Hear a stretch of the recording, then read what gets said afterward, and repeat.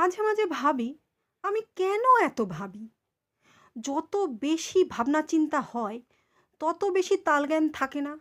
যে কাজকর্মগুলো জনসমক্ষে করা উচিত নয় সেগুলোই করে ফেলা হয়।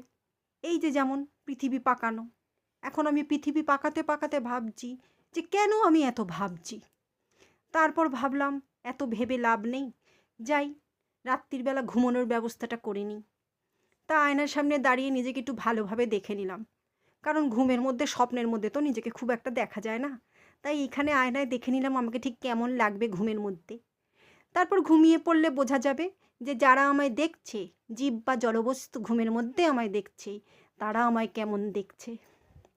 যাই হোক, ঘুম থেকে উঠে কি স্বপ্ন দেখলাম সেটা তো আর ভাবতে পারছি না। তাই ভাবলাম আবার ঘুমিয়ে পড়ি। ভাবনা চিন্তা আর আমার জীবন থেকে গেল না। সে যাই হোক, এই অম্লান বদনীর ভিডিও যদি ভালো লাগে তাহলে একটা লাইক আর সাবস্ক্রাইব করে দেবেন।